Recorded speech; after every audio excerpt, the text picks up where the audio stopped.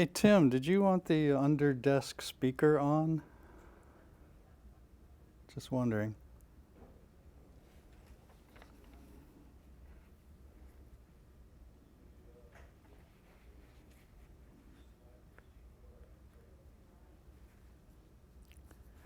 Cricket visual voicemail.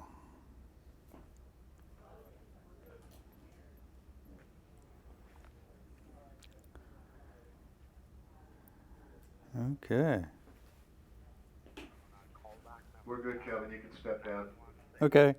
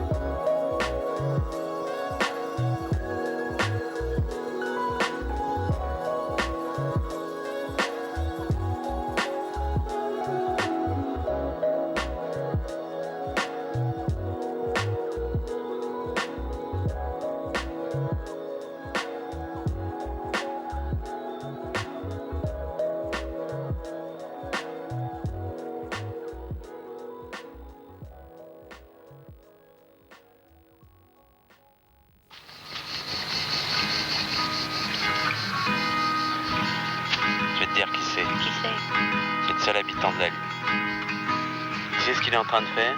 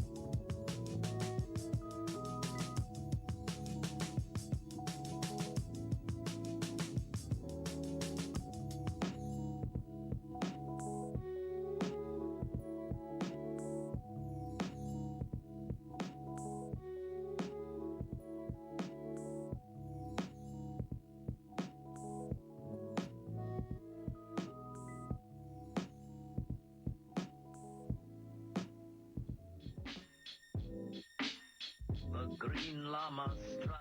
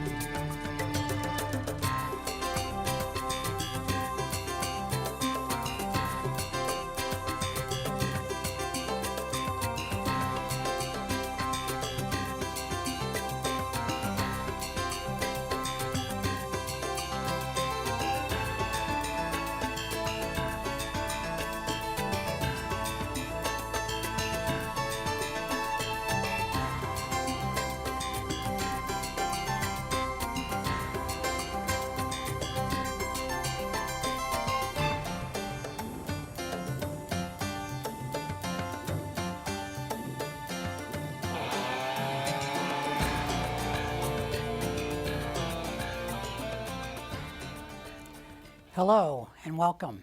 I am Dr. Mark Ballo. On behalf of CME Outfitters, I would like to welcome and thank you for joining us for today's educational activity entitled A Multidisciplinary Approach to the Diagnosis and Optimal Management of Primary Immune Deficiency, the latest evidence and best practices. I do want to let everyone know that you will be seeing PI, PID, and PIDD, which all stand for primary immune deficiency. These are all correct, and we will be using them interchangeably throughout today's presentation. Today's activity is brought to you by CME Outfitters, an award-winning accredited provider of continuing education for clinicians worldwide. Today's program is being streamed live and will also be archived at cmeoutfitters.com. I also want to make everyone aware of some great resources we have available. I partnered with CME Outfitters to develop 3 patient education tools. The first one is a whiteboard animation describing primary immune deficiency and what to expect during the diagnosis and treatment phases. The second is an FAQ checklist for patients, and the last one is a video providing insights into shared decision-making strategies for patients to improve communication with their clinicians. I want to encourage you to visit www.cmeoutfitters.com/PID to gain access to these very useful tools for yourself and your patients. I hope you find them useful. I also want to encourage everyone to join us today on our live Twitter conversation at /PICare.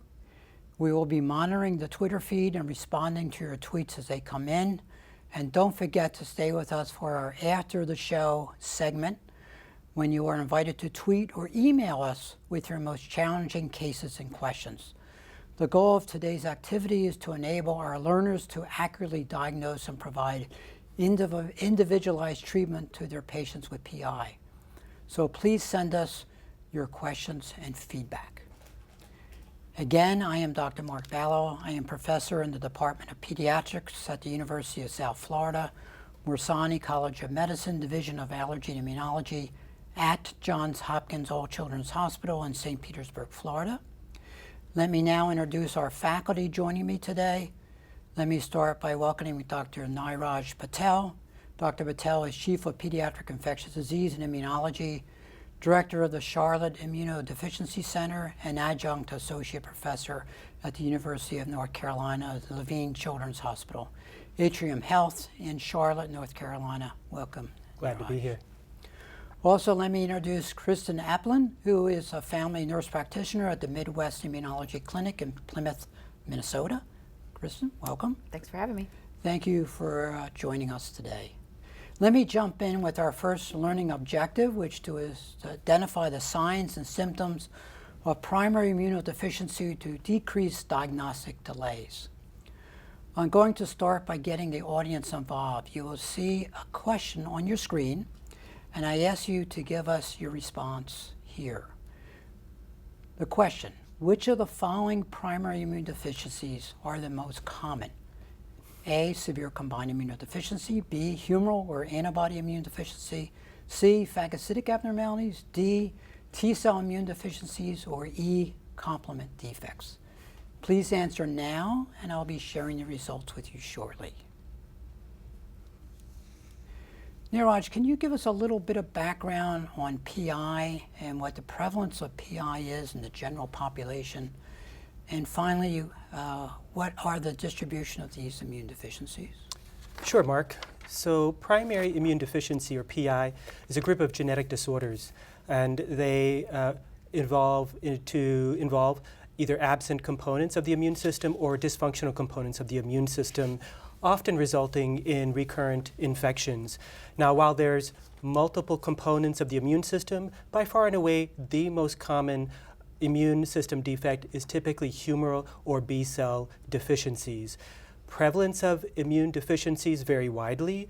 Very common immunodeficiencies like selective IgA deficiency is prevalent in about 1 in 600 persons, CVID in about 1 in 25,000 persons, and then some of the more rare disorders like severe combined immune deficiency, or SCID, 1 in 65,000 persons. And these are humoral deficiencies are probably what we see in our practice most often. Kristen, do you have any further thoughts on the implications of this? I think clinically, these are the patients that we're all seeing in our practice as the frequent flyers. They're coming in frequently with recurrent infection, and sometimes not just your run-of-the-mill infections, but strange, odder infections. These are the patients that you get a sense that you're seeing too frequently. So Neeraj, on the next slide is a compilation of the data from the International Union of Immunological Societies in their publications on the inborn errors or genetic mutations in primary immune deficiency and autoregulatory abnormalities. Can you comment on this? Sure, Mark. As you can see from the slide, that the number of known genetic disorders identified has increased tremendously, probably because that primary immune deficiency disease encompasses a broad phenotype, not only recurrent infections, but as you mentioned, autoimmunity, autoinflammatory. And I think for this slide, it really takes to point that the genetic identification of those disorders is very important and can help target therapy for those patients. So one of the important things is a delay in diagnosis. Perhaps you can comment on this. And on the right panel is the age distribution of PI. Right, so on the right-hand side of the panel, you'll see really what is probably two different distributions. So the first distribution, or age range 0 to 6 years of age, is one of the common ages to diagnose a PI. And then a second peak, the third or fourth decade of life. On the left-hand side shows the average delay in diagnosis. And while the average delay combined for all decades is roughly 12.4 years, which is a long time from the time that somebody develops symptoms to the time that somebody is diagnosed, you can see that for the last decade in the 2000s, we've improved a little bit up to about 5.5 years on average delay of diagnosis. So clearly, Mark, we have a long ways to go. So we're going to weave a patient case throughout our presentation today so we can translate the data to real-world practice. So here is Deborah. She's a 43-year-old woman. She's had asthma Since the age of 10, she's been hospitalized several times, most recently about a year ago. She has chronic bronchitis with persistent cough, productive of sputum, particularly in the morning. She's on the appropriate asthma medication. Interestingly, allergy skin testing 7 years ago was negative. She has recurrent sinusitis that's appropriately treated with washes and topical nasal steroids, etc. And her past history includes ITP about 10 years ago.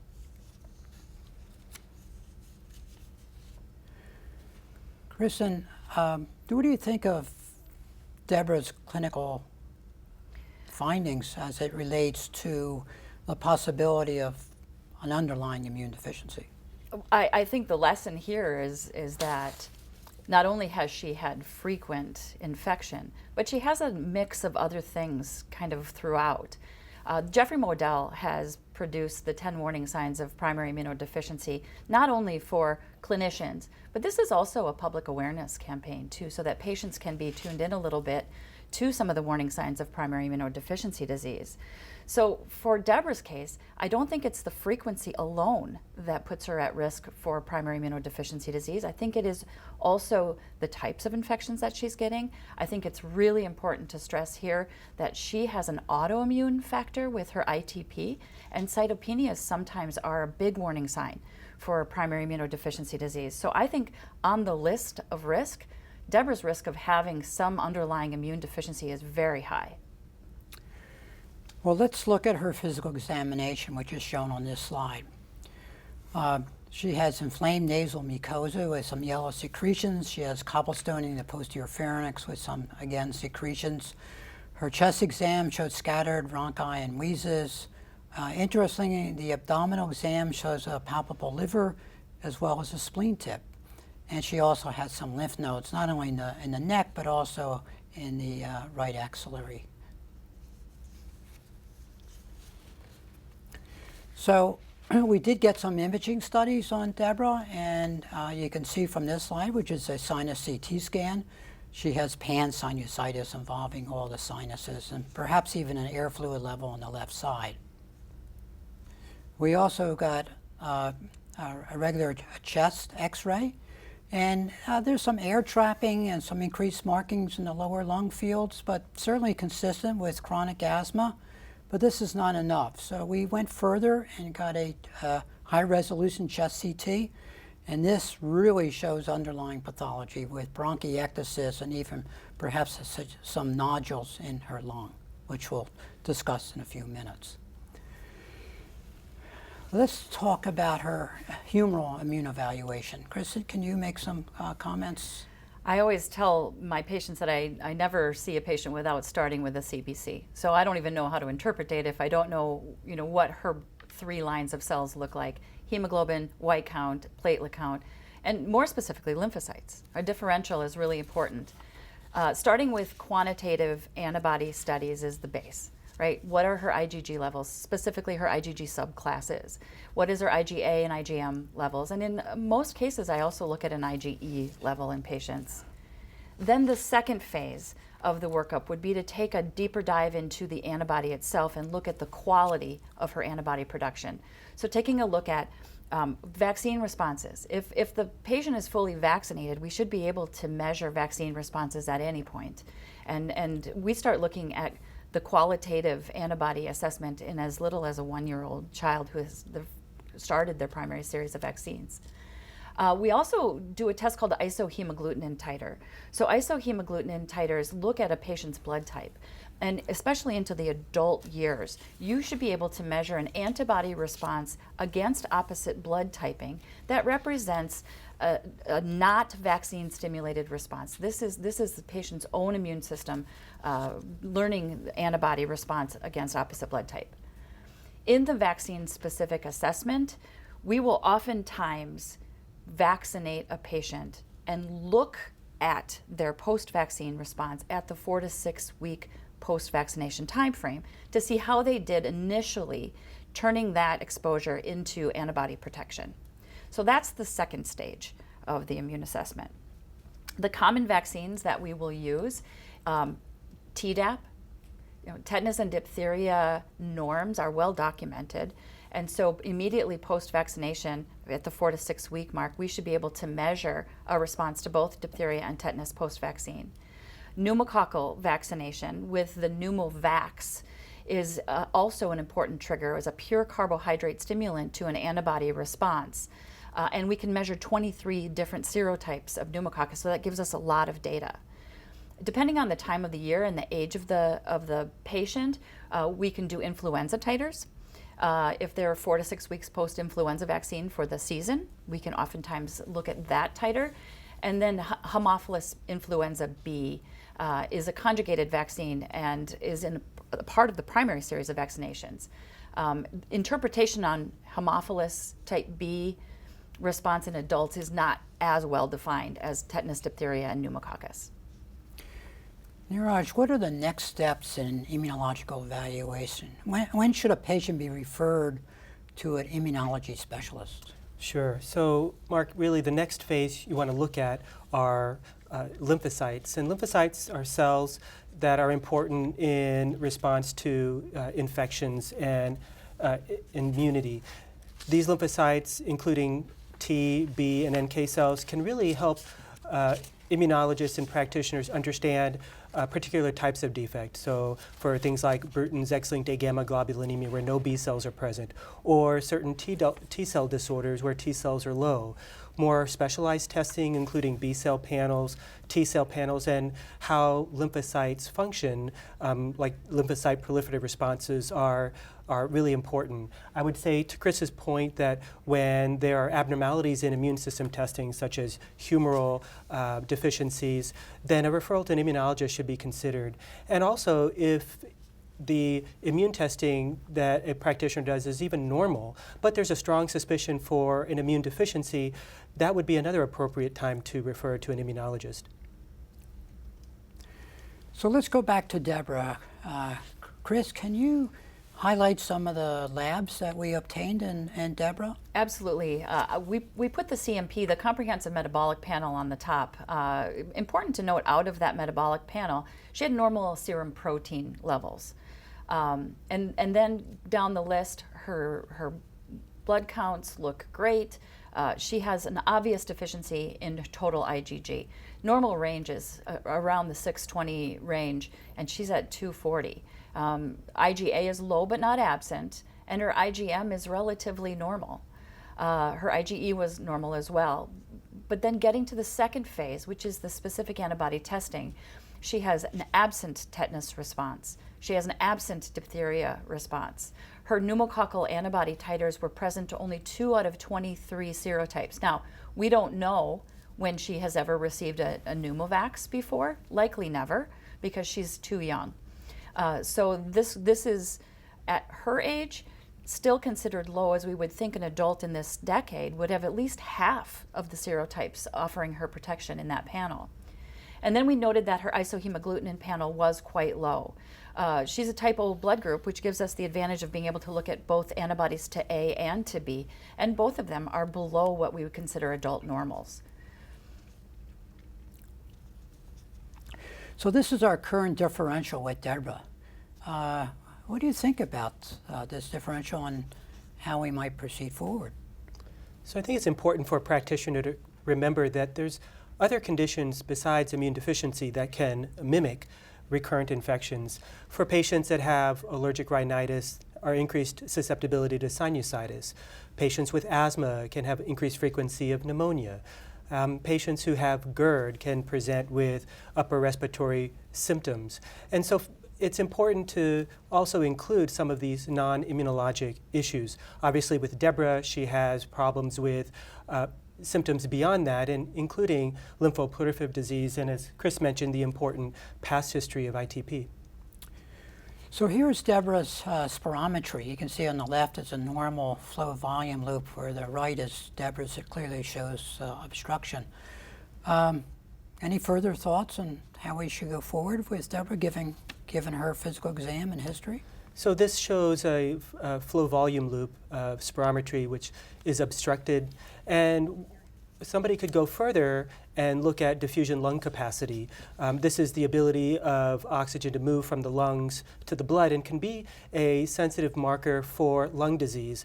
And also, it's a good test to follow lung disease over time. And this may be a consideration for Deborah. So now that we're considering a diagnosis of common variable immunodeficiency, and Deborah, let me step back a little bit and talk about the diagnostic criteria as put forth by the European Society for Immunodeficiency in 2014. And it's made up of several bullet points, but I want to highlight the first one, which is at least one of the following: increased susceptibility to infection, autoimmune disease, granulomatous disease, unexplained lymphoproliferation, and a positive family history. You only need one of these criteria, together with hypogammaglobulinemia, that is low IgG and usually decreased IgA with or without a low IgM, poor response to antibodies, as we just talked about a few minutes ago, exclusion of other secondary causes of hypogammaglobulinemia, such as loss in the GI tract or renal system, diagnosis after age 4, and obviously to exclude profound T-cell deficiency like we see in severe combined immunodeficiency that usually present very, very early in life. But the important thing about that criteria is that patients initially may not present with increased susceptibility to infection, but they may present with some of the other criteria, including autoimmune disease or other aspects of chronic lung disease. I think we have, as a community of immunology and treaters, tried to make that point with hematologists, that when you have a patient coming in with a cytopenia, to consider an underlying primary immunodeficiency and not just the cytopenia. So, Chris, based on the information we have thus far, what do you think about Deborah's diagnosis? Totally agree with the CVID diagnosis. She meets criteria for CVID. She obviously has lung disease, not just based on her spirometry, but based on her imaging as well. And so I think at this point we can call this bronchiectasis, and it deserves a little more attention. We should probably consider getting her in for bronchoscopy, something that can help us with cultures, maybe even biopsies. And as a part of the bronchoscopy, we could do lymph node biopsy through her chest to look at the lymphoproliferative issues, or select a peripheral node to do a lymph node biopsy, just to see if there's a granulomatous infiltrative process that we typically see in CVID, or is this another type of process like a lymphoma that should be ruled out. But I definitely agree with the underlying primary immunodeficiency diagnosis of CVID. So this slide shows that patients may have more than just increased susceptibility to infection. They may have autoimmunity, other types of inflammation, possibly underlying lymphoproliferative disease or even malignancy. Can you comment about the complexity of... Yeah, these patients need a multidisciplinary team. And just like I mentioned before, we're not doing bronchoscopies, right? We're referring out for pulmonary consult. And I think formal spirometry is important. So you have to have a multidisciplinary team for these patients. It's not appropriate for one specialty to own it all. I think primary care is listed at the top of this list for a very specific reason, as they act as the hub for these patients, collecting the input from all the specialists involved. I think a patient that may start out maybe with a recurrent infection PI presentation will eventually morph into another component, may develop autoimmune disease, may develop bronchiectasis, may go on and require sinus surgery. And so having that multidisciplinary team is a very important connection. And the primary care is that hub, because that's where the communication really needs to come from. Yeah. Niraj, can you comment on the spectrum of comorbid conditions in common variable immunodeficiency? CVID is so much more than recurrent infections. It really encompasses a broad range of symptoms and, unfortunately, complications. The myriad of complications that affect CVID patients is very broad, but two of the most common complications include autoimmunity and lymphoproliferative disorders. And I think this gets back to the fact that the important part that Chris brought up is that this is where you need help with a multidisciplinary team, and you can use assistance with multiple subspecialties to really manage a patient efficiently. And I think the communication between those specialists is really a challenge, but is so necessary. Because I, as an immunology provider, may be more tuned into a granulomatous interstitial lung disease versus a pulmonologist who may be more tuned into the infectious complications. And so being able to have a discussion as a multidisciplinary team is so important in the patient's best interest. Niraj, how helpful do you think genetic testing is? This is an interesting article that shows in a select population that in 40% of patients they could identify a underlying genetic cause for the common variable immunodeficiency. Right, Mark. I think genetic testing is proving more valuable, and we certainly use it in our practice. This particular paper looked at CVID patients that had particular types of issues. One of that was early onset, low B cells, autoimmunity, and inflammatory complications. So I think when genetic testing is used in a targeted population, the results can be pretty impressive. 40% of patients in this particular study that had targeted testing had an underlying immune deficiency, which is allows again for better diagnosis, better management, and better therapy and targeted therapy. Also, it still shows you that 40% is not a high number, and we still have a long ways to go. And I would add to that, the anticipation of other complications can be outlined a little bit better when you have a genetic cause. When you know the gene, you may have screened this patient for a genetic PI cause and learned that they are at risk for a cytopenia. That may increase your surveillance. That may change the way you approach the patient. Well, let's look at the responses to the poll we asked earlier. The question was, which of the following primary immune deficiencies are most common? So let me give our panel the answers. So for severe combined immunodeficiency was 7%. For humoral or antibody immunodeficiency was 56%. For phagocytic abnormalities, 4%, T-cell immune deficiencies, 31%, and complement defects, 2%. Pretty Comments? Well, I think the audience recognizes that humoral deficiencies are pretty common, and I think that that is an important aspect when you're considering a patient for immune deficiency. Well, let's focus on treatment. So our learning objective number 2 is implement evidence-based treatment strategies to manage PI. Here are some of the management considerations for Deborah, and we're going to focus on antibody replacement therapy for her. Christian, what are the current treatment options that we have available to us? So starting with the immune globulin replacement discussion, we put this chart in not because we expect anybody to memorize this chart, but it's an illustration of all of the products that are on the market right now. This changes. And we know that as treaters, it changes almost quarterly. You know, new products come on the market, old products go off the market. But this is really just to illustrate that we have an ability to select the route of administration, either IV, sub-Q, or facilitated sub-Q. And then we have a bunch of products to choose from. So if a patient is not responding well to one, we have the option to change to a different product.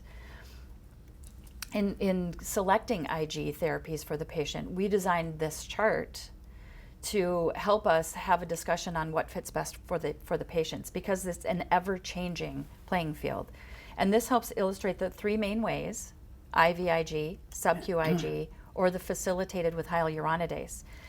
And to have that discussion with the patients, which we'll talk about a little bit later, as each one of the therapies has its advantages. And we'll see this chart again. So we now have another audience response question. With the diagnosis of CVID, you now decide to place Deborah on immunoglobulin therapy.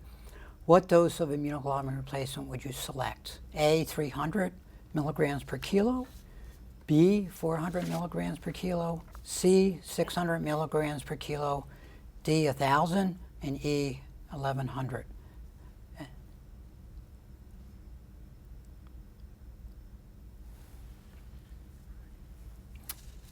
Niraj, can you comment on some of the variables related to the administration of IVIG? Sure. When a practitioner is administering IVIG to a patient, the dosing is generally about 400 to 600 milligrams per kilogram per month. The infusion interval can be monthly, 3 to 4 weeks on average, and can be adjusted according to patient's symptoms and how they're clinically doing. Infusion rates are generally titrated to patient tolerability, and with monitoring during an IVIG infusion, vital signs are important and hydration. Kristen, what about sub-Q immunoglobulin therapy? How would you select a patient? How would you convert them from IV to sub-Q? So sub-Q IG is super flexible in its dosing. It can be given once a week. It can be given every other week. It can be given once a month with a facilitated method. And some patients even choose to do small doses of it daily or near daily. And so the flexible dosing schedule is something the patients have really appreciated. Customizing the therapy so that the patients get the right volume per site, the right number of needles that they put in for each infusion, all of that is a discussion that is flexible and you're able to have with each patient. And if we do it wisely, then the complication rates are decreased. So if you tailor the volume per site, the length of the needles you use for injection, you can decrease the local reactions that patients experience. And I think above all with sub-Q IG, the clinician's responsibility, whether it's the provider prescribing it or the nurse who's educating the patient, managing the expectations of the patient becomes very important. For instance, we know that the longer you are on sub-Q IG, the less you have a local reaction. So after the first 60 to 90 days, most patients don't even remember to comment on their local reactions. So if you manage that expectation, it's not a non-issue when we get out 3 months. So on the next slide, Dr. Banagor proposed a number of years ago this concept of biological trough levels. Niraj, could you explain what he meant by that? Sure, Mark. Biological levels are a theoretical IgG level that above which keeps your body healthy. And an easy way to think about it is, let's say you and I were both patients who had primary immune deficiency disease with recurrent infections. Now our biological levels are different because they're individual. Your biological level may be 600, so an IgG level above 600 would keep you healthy, but my biological level may be 800 and I need a level above 800 to keep me healthy. Let's say we both went into the physician's office, we had our blood drawn and our serum IgG level were the same, let's say 700. And since your biological level is 600, with an IgG level of 700, you're feeling great because your IgG level is above your biological level. But let's say for me, my biological level is 800 and an IgG level of 700, I would be having frequent recurrent infections. With that in mind, if you take a look at this graph, this is a graph looking at an IgG level over time in a patient. And what this graph illustrates is that concept where when the IgG level is above the biological level, the patient is free of infections. However, when the IgG level goes below the biological level, the patient suffers from respiratory infections, including sinusitis and pneumonias. I think this is a discussion that's worth having with payers too, because everybody from a payer authorization standpoint thinks there's one normal IgG. And to lump every patient into a normal IgG level really negates the customization of treatment. Raj, can you comment about what patients can expect with regard to these infusions? What are some of the adverse events? How do you monitor the infusions?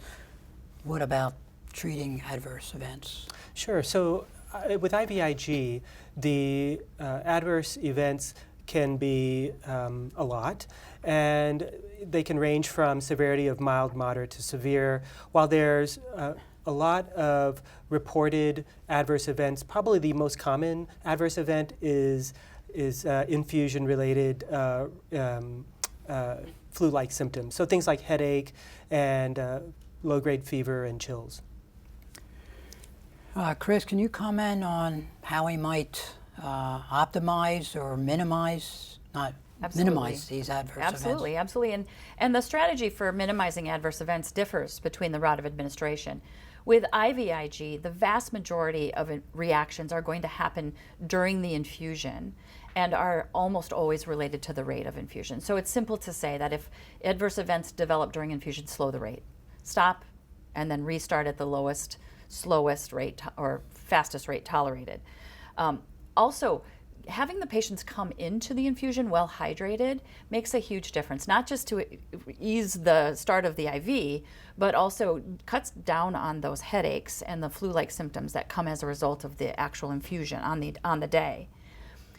Post-infusion reactions can happen 48 to 72 hours after the infusion, and again, that can be body aches, stiff neck, headache. Those are also sort of moderated by improved hydration after the fact. We can also add pre-medications. So if rate changes are not enough to ameliorate the symptoms, adding a pre-medication, Tylenol, something simple as that can help. Benadryl, any long-acting antihistamine even can be helpful. And then Solumedrol or Solucortef added pre-dosing if you're not able to control it in other ways. If we do all of that with IVIG and we still can't get the patient comfortable, they're still having side effects that last beyond the infusion, consider a change in the manufacturer, because each manufacturer uses a different stabilizer or a different viral inactivation step that patient may be having adverse reaction to. So that's kind of the algorithm for IVIG.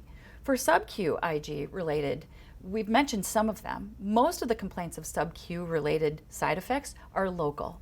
They have increased redness, itching, persistent swelling at the site of injection. And just making sure that we have the right equipment for the patient can make a huge difference. A longer needle will help cut back on those symptoms. Accessing the skin with a dry sub-Q needle rather than one that has IG on it will cut back on the local reaction symptoms.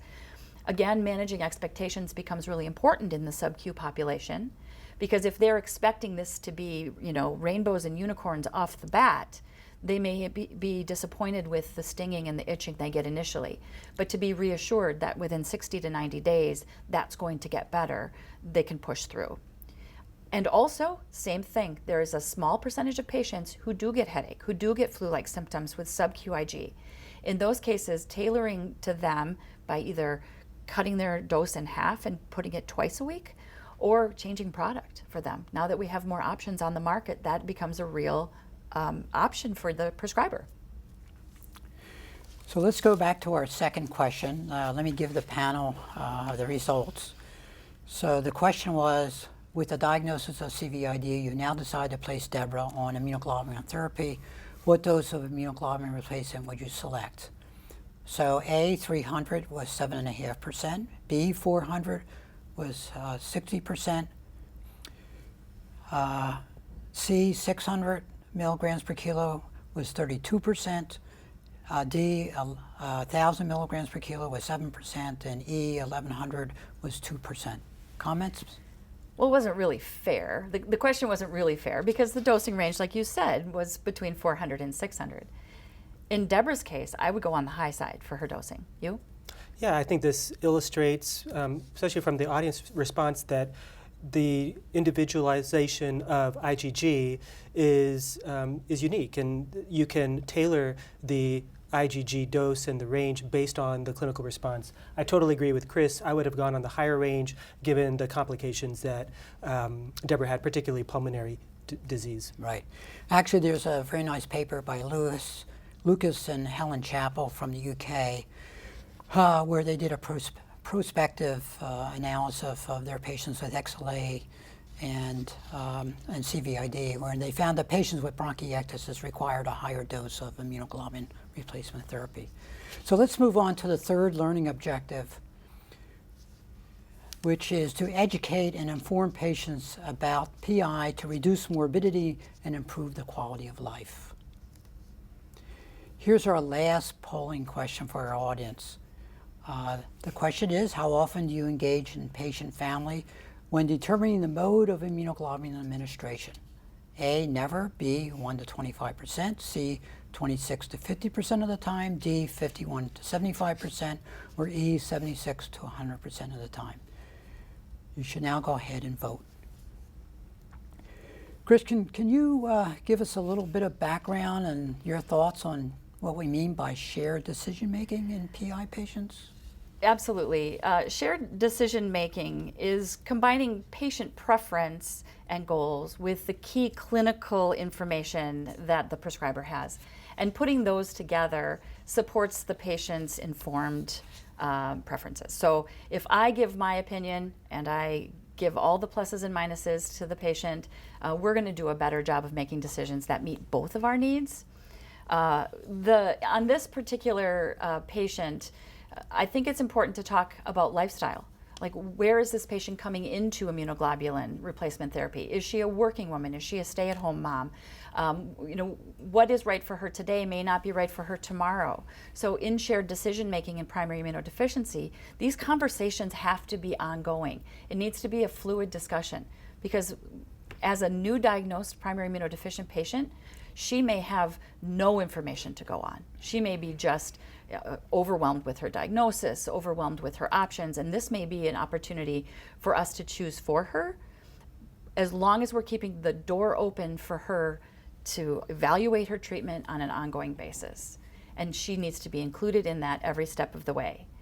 The next slide shows a sort of a revisit to what we started with. And this is a chart that I use with my patients to have a discussion on the pros and cons of each of the 3 routes of administration. That each one of them has a downside, each one of them has a positive, and fitting them with her life is going to increase her adherence to our plan of treatment. And then within each one of the choices, she can choose the site of treatment. Does she want to get her infusions at home? Does she want to be in a healthcare facility? Sometimes the healthcare facility is a real source of comfort for patients.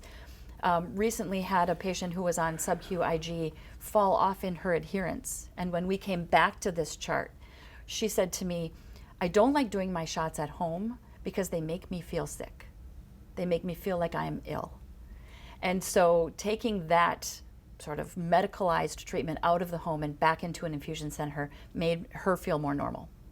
And so as long as the patient knows that we're going to go back to this chart, we're going to revisit this chart from time to time. Is your therapy still right for you? Those are sort of the pillars of shared decision making in patients with any chronic disease, but especially primary immunodeficiency disease. There was a time when we've all practiced in that time frame, we didn't have any other options to offer them. It was, here's your disease, here's your therapy. You can either get it in the hospital or you can get it at home. So we are lucky to be able to have a discussion that is this broad with the patients. We just can't forget to keep going back to this discussion.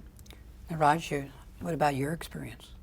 Yeah, I think the shared decision making is so important, and it certainly can impact adherence and quality of life. When we have a discussion with the patient, it's in a very similar fashion, and it's really a group decision between what works for the patient, and following and monitoring that, just like Chris said, is an ongoing basis, because things change, factors change in the patient's life, and they may have differences that didn't work at one point but then work later on. Well, I can share some of my experiences. When I was in private practice in Sarasota, I was taking care of an elderly population of patients with common variable immunodeficiency. And after this dialogue that we were all talking about, shared decision making, they wanted to go to the hospital, to the local hospital, because they were retired, so time wasn't a factor. And they had some socialization in the infusion center with other patients and the nurses. So for them, that fit in with their lifestyle. And I think the elderly population especially appreciates the expertise of people taking care of them, that they don't necessarily trust themselves as much as they trust their doctors and their nurses who are taking care of them on site. So there is some confidence in their therapy that way. Yeah, Mark, let me just bring it back also to the other end of the extreme, the pediatric population. It's a shared discussion with the parent, and I think the parent oftentimes is very reluctant or very hesitant to really engage in the administration of gamma globulin. And so it's important to take feedback and important to reassure and give as much information about the training process and what life will look like for the child for the parent to make the best medical informed decision. Well, to emphasize that point, let's go to the next slide. And this is an interesting study. There's lots of studies on quality of life and its relationship to mode of therapy and timing of therapy, et cetera, et cetera. But I thought this was an interesting quality of life study because there's a take-home message here. Chris, you want to? In health-related quality of life in the primary immunodeficient population, there was no difference in the route of administration as long as the patient had been involved in the decision-making to get there. So to pare it down, whether they received IVIG or sub-Q IG, their quality of life was perceived to be the same if they had received adequate education. Niraj, any further thoughts on? No, I just on echo this? Chris's sentiments. Sure. Yeah, I mean, I find the same thing. I discuss with patients the options as we just discussed with your nice table, but I let them know that it's not fixed in stone. It could be changed, and we can explore other methodology. I know this is particularly important in the pediatric age group because initially we may start a patient on IVIG to get their immunoglobulin levels up and running because they may have profound hypogammaglobulinemia, like a patient with X-linked agammaglobulinemia. But during that process of the IVIG, we have a continued discussion about other routes of therapy, like switching to sub-Q. Right, especially when you're launching these kids to college, right? So you send an another XLA child who's been getting IVIG for all of their life, and all of a sudden they're 18 and off they go to college. You have to have a discussion on what's going to fit best with them with their launch. I start having these conversations with kids at about 12 years of age. Like, you're not going to be in your mama's house forever, so what comes next?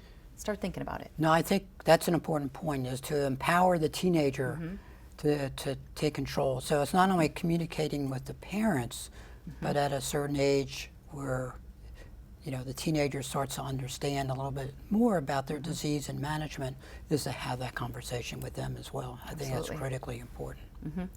Well, I want to thank you, Niraj and Kristen, for this great discussion. Let me now summarize the key takeaway or our SMART goals for today's presentation. First, conduct a careful history, physical exam. Family history is extremely important. That plays into it is also very important. Utilizing screening evaluation as we discuss, not only the quantitative serum immunoglobulins, but also the qualitative tests of can patients make a antibody response. Next, to individualize immunoglobulin dosing and the communication with the patient about the mode of delivery to prevent infection and which translates into improving adherence and quality of life. Finally, discuss therapeutic options and engage the patients on a regular basis. This is an ongoing, it's not once and that's it. I want to remind the audience that I partnered with CME Outfitters to offer 3 very useful patient education tools: a whiteboard animation describing primary immune deficiency and what to expect during the diagnosis and treatment phases, a frequently asked question checklist about PI, and a video providing insights into shared decision-making strategies for patients to improve their communications with their clinicians. I encourage you to visit www.cmeoutfitters.com for a comprehensive list of clinical resources and additional educational activities for both providers and patients. You can now start sending us your comments and questions. You can use the Q&A widget on your screen. Email us at questions@cmeoutfitters.com or tweet us at #PICare. We look forward to answering your questions or discussing your clinical challenges. So please stay with us. Go ahead and send us your questions. We'll be right back with you in a few minutes.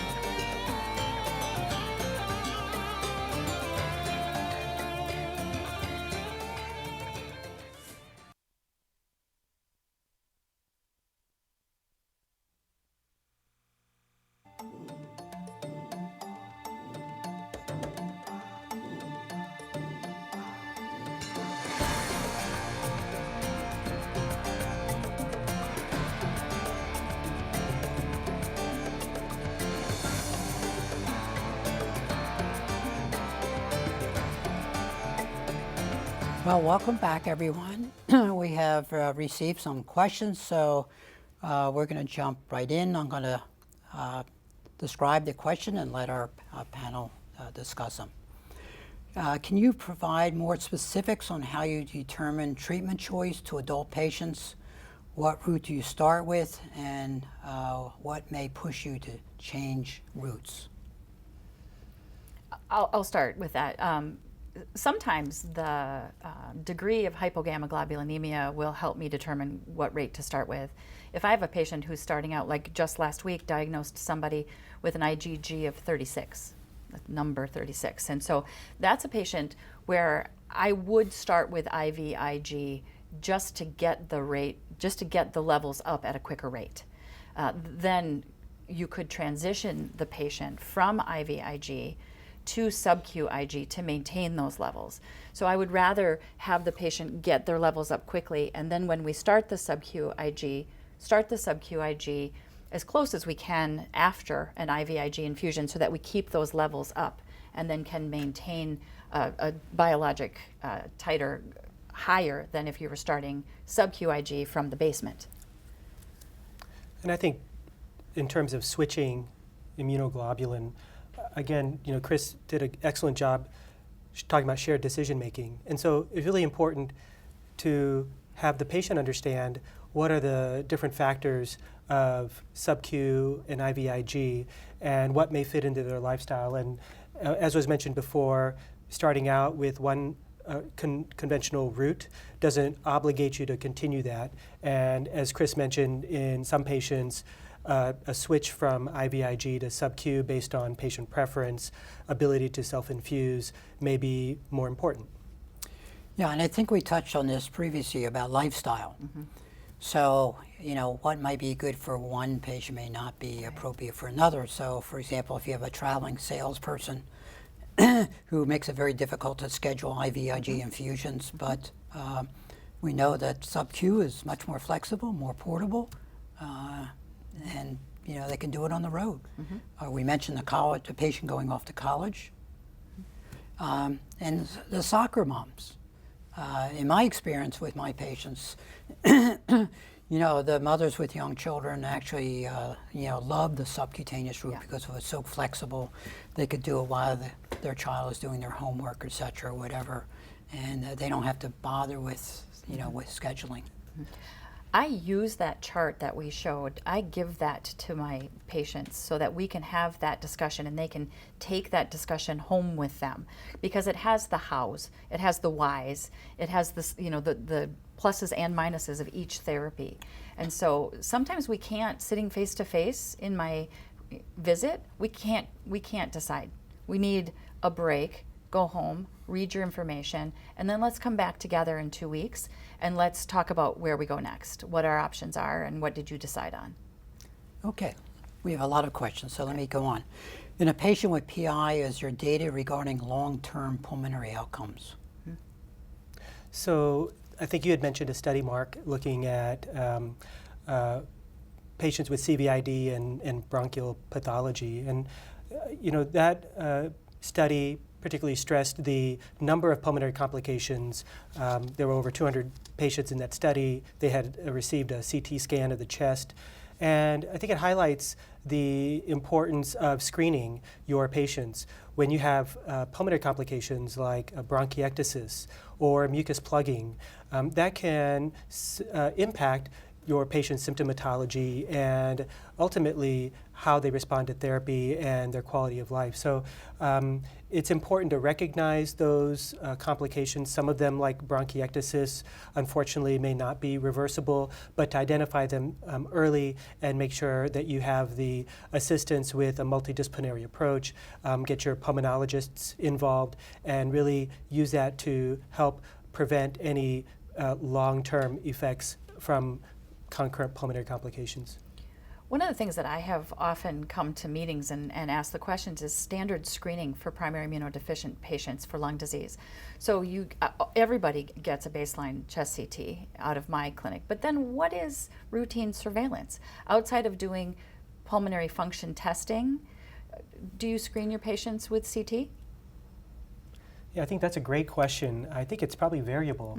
Mm-hmm. Patients who are clinically doing well and whose symptoms are well controlled, you may not be as concerned for those patients as patients who, despite getting what seems like to be appropriate treatment, are getting repetitive pneumonias, may have further end organ damage. I think I would be more aggressive in defining and maybe repeating certain tests like a chest CT.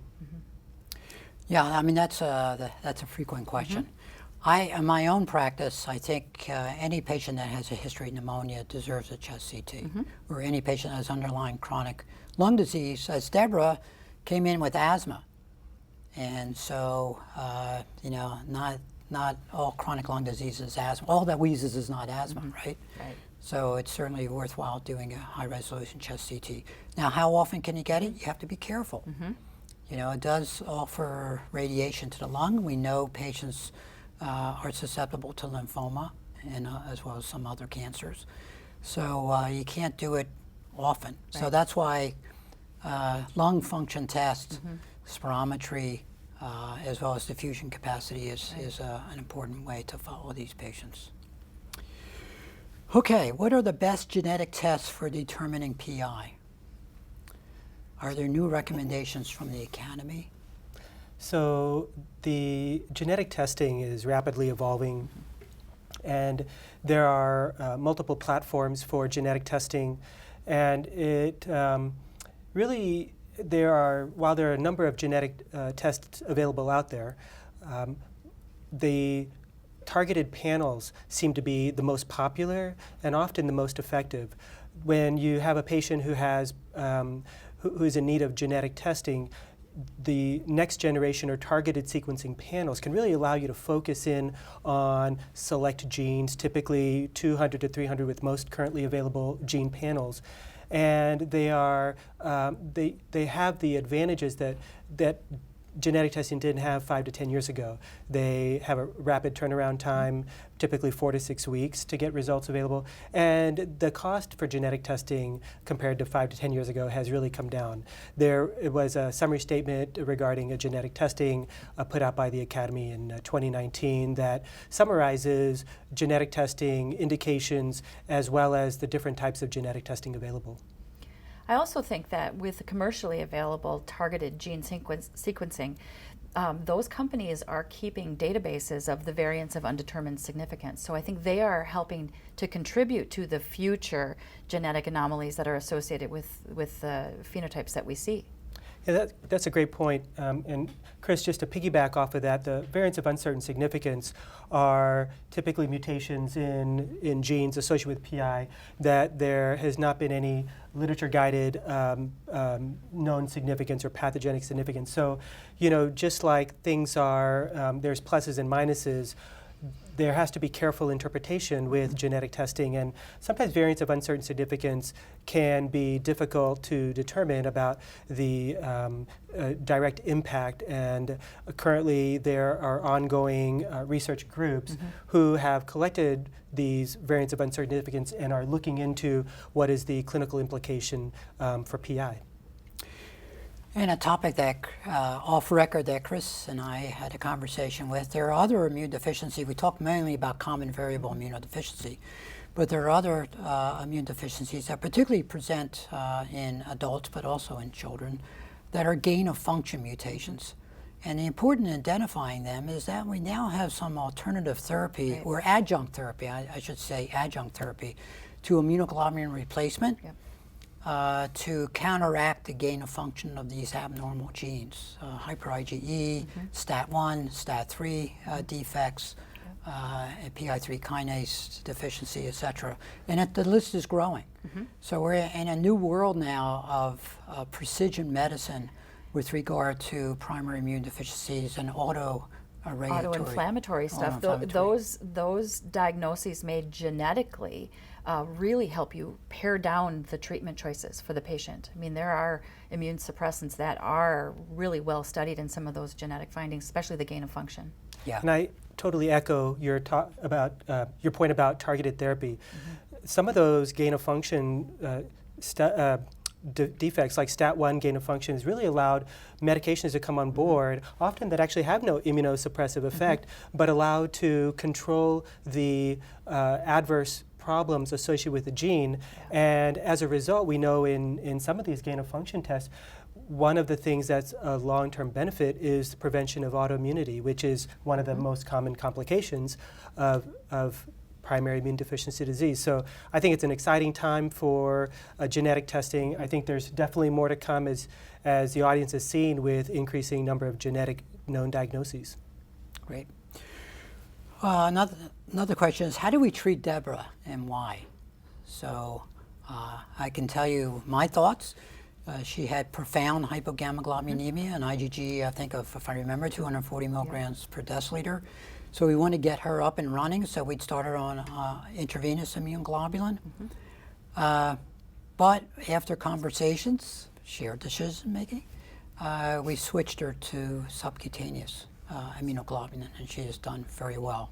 I then referred her to pulmonology, where she underwent bronchoscopy, and they did not culture any pathogens from her lungs.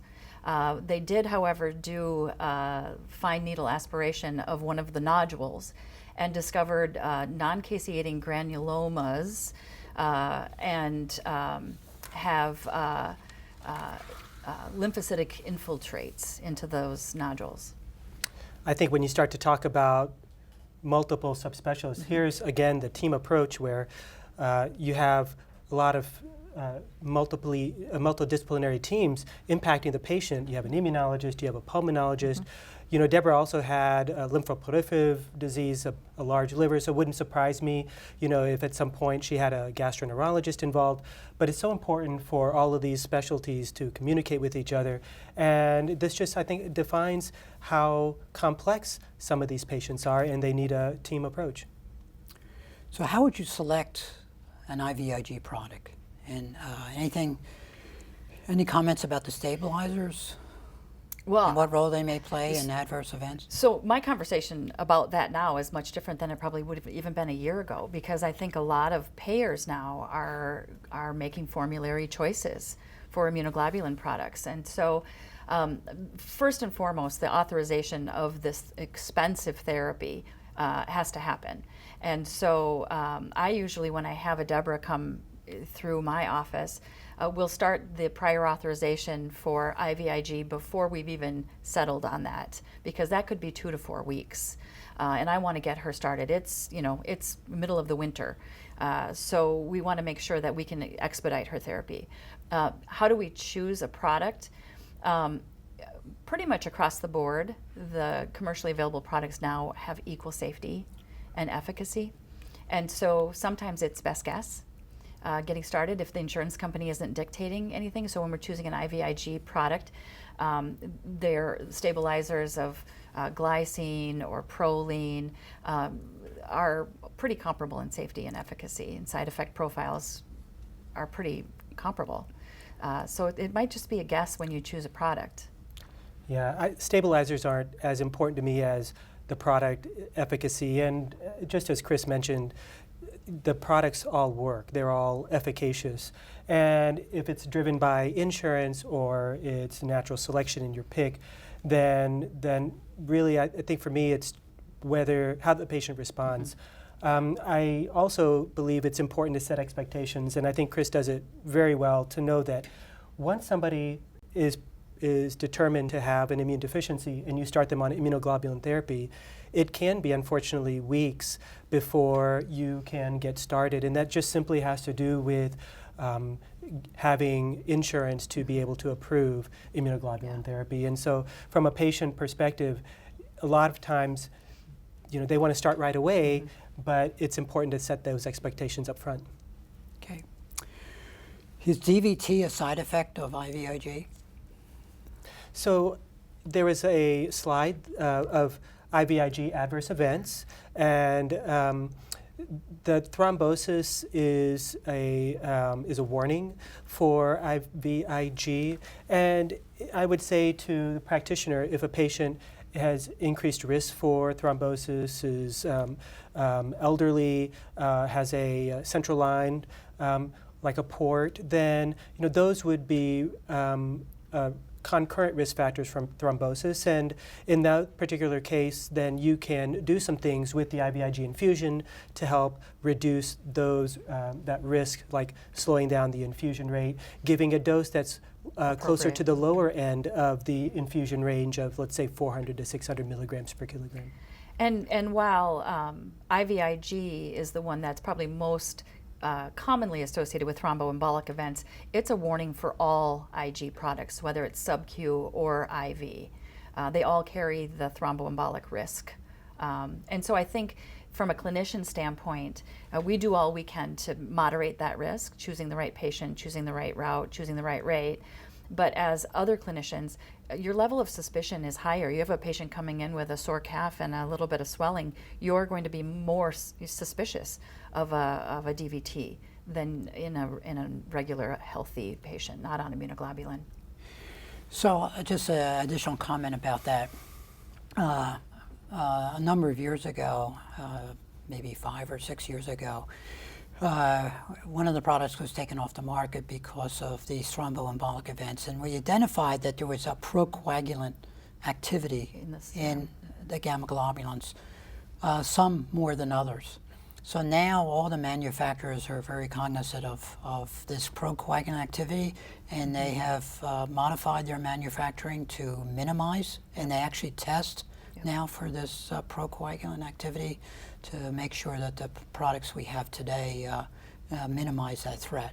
And I think across the board, all of the products are exceedingly safe. I mean, even when you talk about the broader adverse reactions, we almost never see acute renal injury without a sucrose product on the market. So sucrose was responsible for 90% of renal injury associated with IVIG, and that product hopefully isn't in wide use anymore. So I think exceptionally, our manufacturers have done a great job in paring down the risk profile. Another question, what is the value of high-resolution chest CT in interstitial lung disease? So, for high-res CT, interstitial lung disease is something that can be identified. There's a lot of different etiologies of interstitial lung disease, but I do think it's important. High-res CT can also give you so many other findings, and as was mentioned before, bronchiectasis, mucus plugging. Bronchoscopy can also help with interstitial lung disease if you're worried about viral etiologies of interstitial lung disease, lung biopsies. Those are other methods to help with the further characterization of interstitial lung disease. I also know that in Deborah's case, the degree of bronchiectasis that you could see on her high-resolution chest CT, I would have ordered vest therapy for Deborah to help with some small airway clearance, working on trying to use mucolytics to break up her mucus plugging and the thickening of her airways. So I think you wouldn't have seen that, like you demonstrated on the chest X-ray. You wouldn't have seen any of that until you put her in for a high-resolution chest CT. Yeah, and of course the high-resolution chest CT is not only important for interstitial lung disease, but for the granuloma. Yep. Like Deborah had some suggestion of granulomatous disease, which we call granulomatous interstitial lymphocytic chronic chest lung disease. So, and that may take us in a different direction as far as therapy or management. Can you comment on dosing of immunoglobulin in pediatrics? So IVIG and subcutaneous IG for ages 2 and above, the dosing range is similar than to adults. So for IVIG, 400 to 600 milligrams per kilogram. For subcutaneous IG, 100 to 150 milligrams per kilogram per week.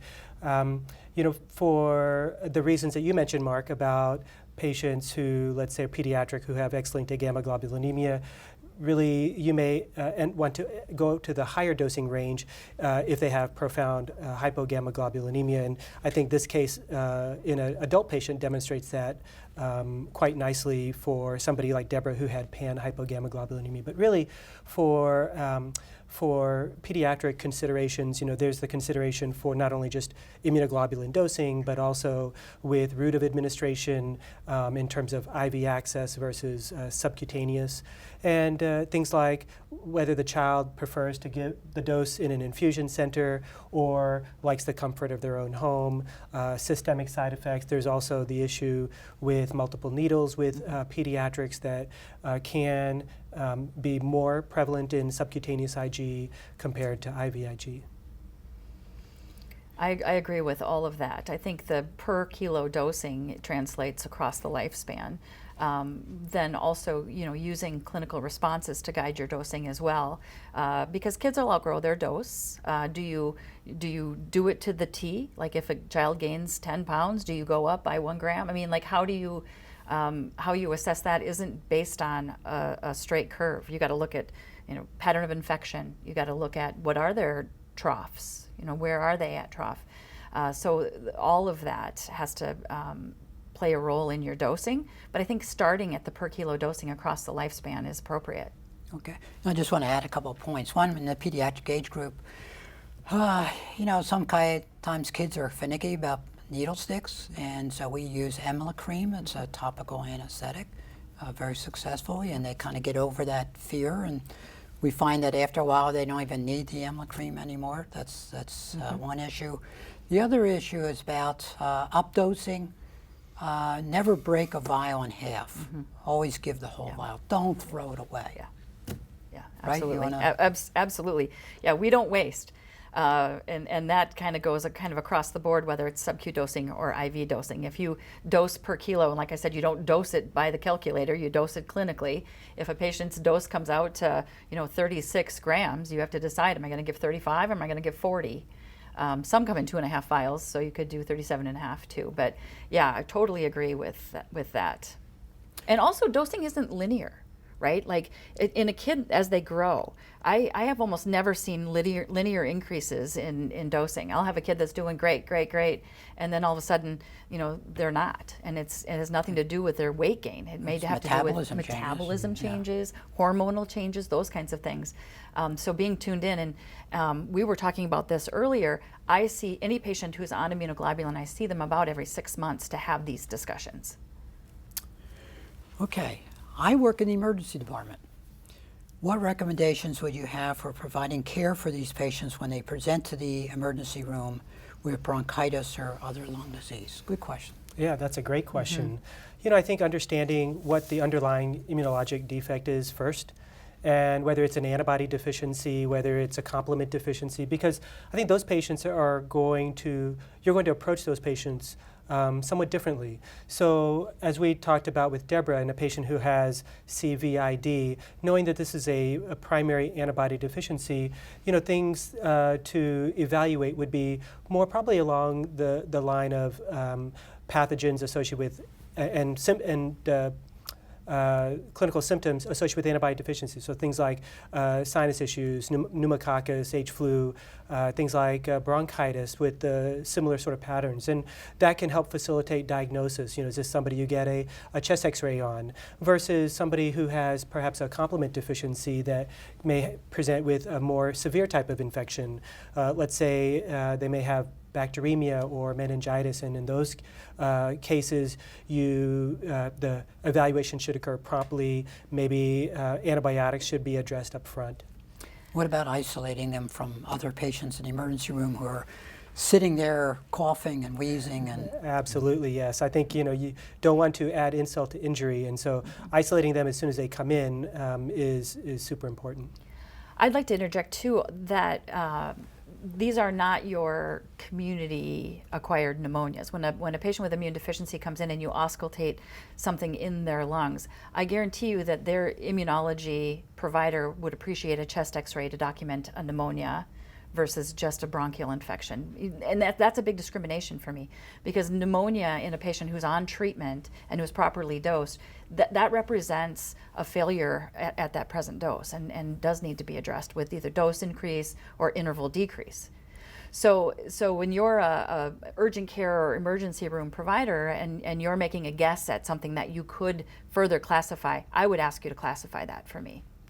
also think as a emergency room provider that when you encounter a patient who has immune deficiency and you make a clinical assessment and a clinical plan, is to make sure that the persons who are involved in that patient's care are updated. I think making sure there's a plan of care for follow-up, and most emergency room providers are very good at that, but also making sure that either the patient or the emergency room provider sends notes to the immunologist, or if it's a lung disease, immunologist, maybe pulmonary, because, again, the multidisciplinary approach is very important and very effective, and if a pulmonary provider, immunologist, knows that a patient is not doing well, they may be much more apt to see them sooner, adjust their immunoglobulin therapy, and may have long-stream effects. Right.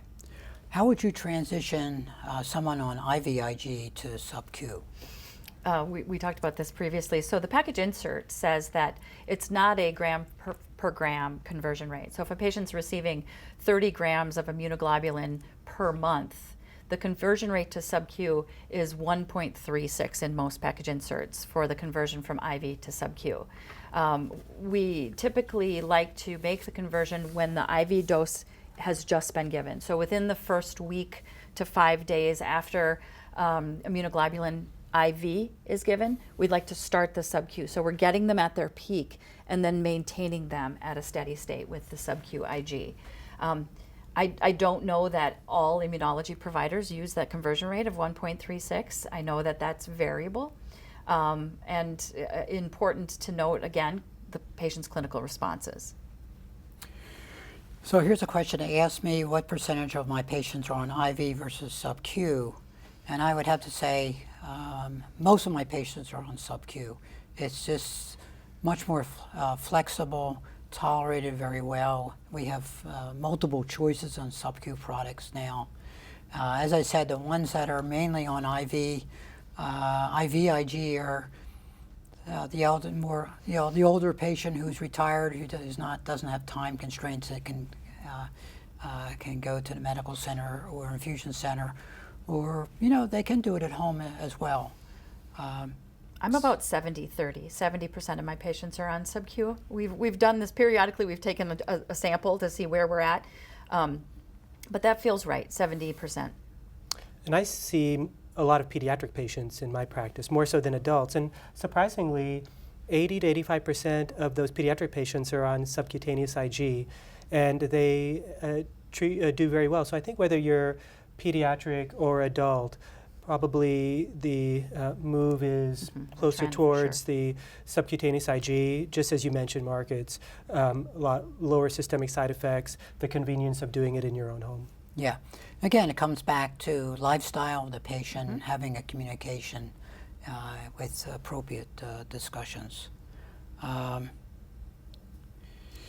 Let's see. It's also not to say that I don't have some sub-Q patients that choose to go back to IV.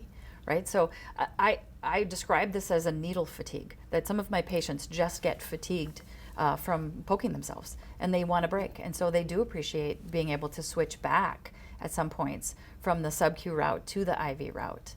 I have one particular gentleman who does IVIG 8 months out of the year, and 4 months out of the year he's a snowbird and he takes his sub-Q on the road with him. So, but when he comes back, he likes to go to IV. Okay, here's a question about immunizations. During your workup, once an antibody to a vaccine level is reached and is low, do you immunize them and repeat the level again in 4 to 6 weeks, especially for pneumovax? I think that's a hard one to answer as a generality because it depends on the patient. If I have a patient like Deborah, who has an IgG level in the 200 to 300 range, and I do vaccinate her and I do get an initial response, I may recheck those same titers 6 months later because likely she's going to lose that protection. So she may have a good initial response but then lose it long term. And at that point, then it would be easy for me to say, yeah, she's going on immunoglobulin, that plus her infectious history, if I hadn't already started it. In Deborah's case, whether or not she responded to vaccines, she was going to end up on immunoglobulin based on her profound hypogam and her qualifications for CVID based on ECID criteria. So you wouldn't have revaccinated her again. Okay.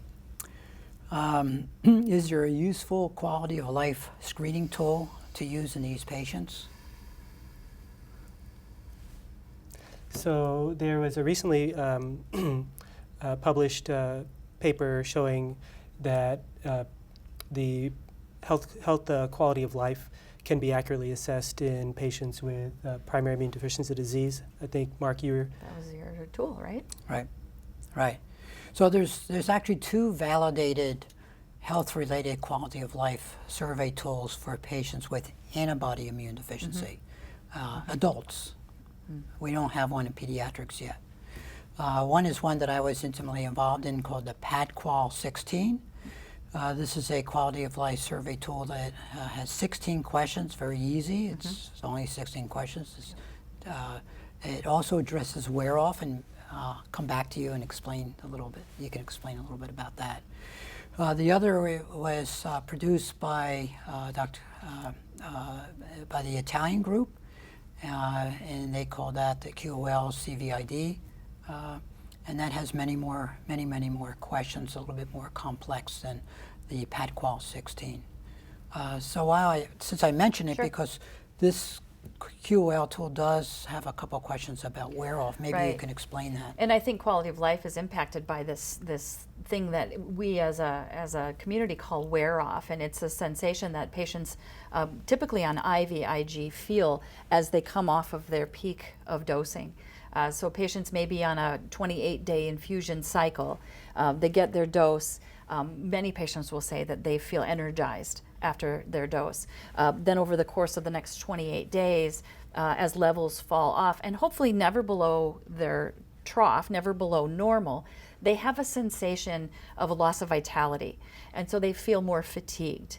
They feel like they may be more likely to develop congestion or cough, even though not true infection. But that wear off is really hard to define. It's very subjective to these patients.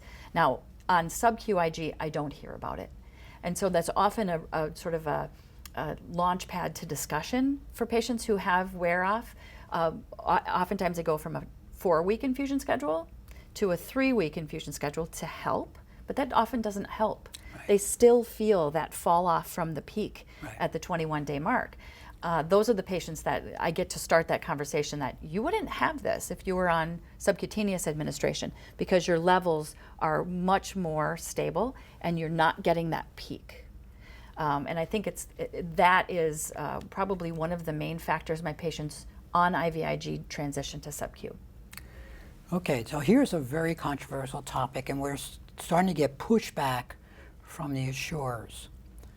Obese patients. How do you dose obese patients? You're both looking at me. Well, your group was involved in a study. Right. I mean, there's lean body mass dosing. So you can take a patient's ideal weight or lean, what you would hypothesize as lean body mass, and do your dosing. But that's just a starting point, because really you are going to be dosing to response. And that's where the dosing becomes more of a gestalt, more of a feeling, because the patient, pattern of infection has to be evaluated. The IgG troughs have to be evaluated. And again, in the quality of life discussion, how does the patient feel? Like, have they had an improvement in their quality of life? And that's then where the dosing gets tweaked. And I think that you're right in insurance companies pushing back as dosing escalation happens in these patients. Because your blood volume may change based on your body mass, but may not change in proportion to your body mass. So dosing becomes more of a feeling in the obese patient. But again, your starting point is just that. It's just a starting point. Your monitoring of dosing is what's important. Yeah, this goes back to that biological level. Yeah. Insurance companies want to pay a third-party payer for a particular IgG level. But that IgG level in a patient may not be effective. It may not keep them from getting infections. It may not be at their biological level. And so it's very important to start, once you start, just like Chris said, to monitor. And when you have patients that have frequent illnesses and you need to updose, obviously it's important to document and provide evidence that the patient is not well controlled. So, just a little bit further comment about this topic. If I get a lot of pushback from the insurance company, I've been trying to convince them to use the adjusted body weight. Okay. So, for example, in an obese patient, and I'm not going to go through the calculations, but let's just say their lean body weight would give them about 28 grams per month. But their actual body weight, the calculation is 60 grams per month. But the adjusted body weight is 47 grams per month, plus or minus. So I try to convince them that that's a starting point instead of using the ideal body weight. Yeah. And see where we go from there. Using, again, the concept is how to optimize immunoglobulin replacement Response, therapy. Yeah. I'm a primary care physician. What is the best way to refer patients since it often takes so long to get an appointment with an immunologist? What tests should I do to start out with? Well, I think that from a primary care standpoint, doing the first and second stage of treatment or of diagnosis is appropriate. So looking at quantitative antibody, looking at blood counts, looking at a comprehensive metabolic panel to make sure that protein levels and albumin levels are normal, and even going as far as to look at some initial titers. You don't have to proceed with the vaccine challenges, but looking at diphtheria, tetanus, pneumococcal titers are all appropriate out of primary care, and especially primary care pediatrics. Yeah, I agree. It's, the first tier and second tier testing is a great place to start, and when there are abnormalities, of course, having an immunologist to interpret is very helpful. So just as a follow-up, it says, panel, please talk about the delay in diagnosis and what we can do about it. Boy, that's a great question. And there's not an easy answer. The delay in diagnosis occurs and is likely multifactorial. I think one of the things that we've learned over the course of decades is to have a high index of suspicion. And when you are not thinking about primary immune deficiency disease as a potential cause for patient symptoms, I think that's one of the biggest risk factors for the patient then moving on and on to, let's say, multiple providers. A patient may start out with a primary care provider with the best intent, go on to see an ENT because of frequent sinusitis, and then an allergist for allergy testing, coming back to the primary care physician, all while primary immune deficiency disease hasn't been entertained. And so I think one of the things we can do to improve that diagnostic delay is really educate, and the reason for this program, and get the word out that here are the signs and symptoms, here is what we can do as primary care providers or subspecialists to identify these patients and then get them to the right person. And I think it's two-pronged. I think educating the providers and also educating the population, the public. And I think Jeffrey Modell has, with their 10 warning signs of primary immunodeficiency, has done a little bit to create the ask in the patient, like, do you think this could be my immune system? The initial screening is relatively inexpensive for this disease, so we don't have to expect the primary care or even the hospitalist who's seeing that patient for his second pneumonia this year. We don't not asking them to spend a lot of money in diagnostics, but getting the first and second pass done, it could make you a hero from a diagnostic standpoint. Okay, we only have about a minute and a half to go. And Chris, I'm going to ask you this because you did some studies in your office. Is manual push, daily injections of manual push, or maybe twice a week, 3 times a week? How do you view that? Is that an option? And what do patients? So condensing the answer into a small minute time frame, some patients were looking for easier ways than monkeying with the supplies and pumps that are necessary for sub-Q infusion once a week or every other week. So we challenged patients to draw their immunoglobulin up in a syringe, attach a butterfly needle, and give the shot. a patient came to us with this request after having completed initial sub-Q IG studies back in 2003 and said, I don't want to carry around a CAD pump for 80 hours to get my volume. Why can't I just do a poke and a push? And they can, and they do. And we've done some studies that show that when they are able to give a small dose every day, every 5 days, their levels are well maintained. Great, thank you. Well, I want to thank our faculty,